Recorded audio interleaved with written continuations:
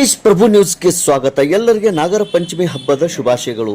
ಚಂದನ ಗಂಧದ ಕಟ್ಟಿಗೆ ಅರಿಶಿನ ಪುಡಿ ಕೂಡಿಸಿ ಬಿಸುಕಲ್ಲಿನ ಮೇಲೆ ತೆಗೆದು ಗಂಧವನ್ನು ತೆಗೆದು ಅದನ್ನು ಗೋಡೆ ಮೇಲೆ ಇರುವ ಈ ಪವಿತ್ರ ಗೋಡೆ ಮೇಲೆ ಲೇಪನ ಮಾಡುವ ಮೂಲಕ ನಾಗರ ಹಾವನ್ನು ತೆಗೆದು ಪವಿತ್ರ ಮನಸಾರೆ ಪೂಜೆ ಸಲ್ಲಿಸುವ ಪರಂಪರೆ ಮುತ್ತೈಜಕ್ಕಿಂತ ಮೊದಲು ಸುಮಾರು 150 ವರ್ಷಗಳ ಪರಂಪರೆ ಬಂದ ಪದ್ಧತಿ ಇನ್ನು 6ನೇ ಪೀಳಿಗೆಯವರೆಗೆ ರೂಢಿಯಲ್ಲಿ ಇದೆ. ಪ್ರತಿ ವರ್ಷ ನಾಗರ ಪಂಚಮಿ ಹಬ್ಬದಂದು ಈ ಪೂಜೆಯನ್ನು ಗಾಯಕ್ವಾಡ್ ಬಂಧುಗಳು ಚಂದನ ಲೇಪನ, ನಾಗರ ಹಾವಿನ ಪೂಜೆ, ನಾಗಪ್ಪನ ಭಕ್ತಿಯ ಪೂಜೆ ಮಾಡುತ್ತಾ ಬಂದಿದ್ದಾರೆ ಮತ್ತು ಪರಂಪರೆಯನ್ನು ಉಳಿಸಿ ಬೆಳೆಸಿಕೊಂಡು ಬಂದಿರುತ್ತಾರೆ. ಇವರು ಇಟ್ಟಿರುವ ನಾಗಪ್ಪನ ಮೇಲೆ ಭಕ್ತಿ ಅಪಾರವಾದದ್ದು ಮತ್ತು ಎಲ್ಲರೂ ಮೆಚ್ಚಲೇಬೇಕು.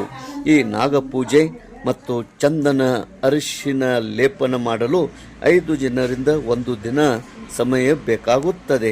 ಬಹಳ ಸುಂದರವಾದಂಥ ಈ ಒಂದು ಪೂಜೆ ಶ್ರೀ ಪಾಂಡುರಂಗ ಮನೋಹರ್ ಗಾಯಕ್ವಾಡ್ ಸಂಕೇಶ್ವರ್ ನಾಗರ ಪಂಚಮಿ ನಿಮಿತ್ತವಾಗಿ 5ನೇ ಪೀಳಿಗೆ ಮುಗಿದು 6ನೇ ಪೀಳಿಗೆ ಈ ಪೂಜೆ ಮಾಡಿಕೊಂಡು ಬಂದಿರುತ್ತಾರೆ. 150 ವರ್ಷಗಳ ಪರಂಪರೆ ಈ ಪೂಜೆ ನಡೆಯುತ್ತಾ ಬಂದಿರುತ್ತದೆ.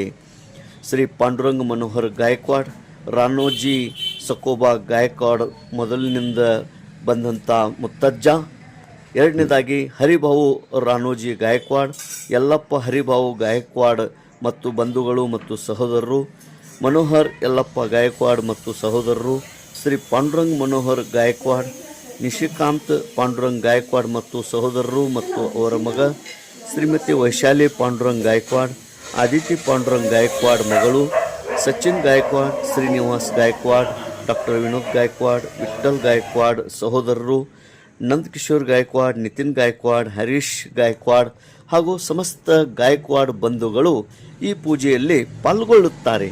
ತೇಜ್ ಪ್ರಭು ನ್ಯೂಸ್, ಸಂಕೇಶ್ವರ್.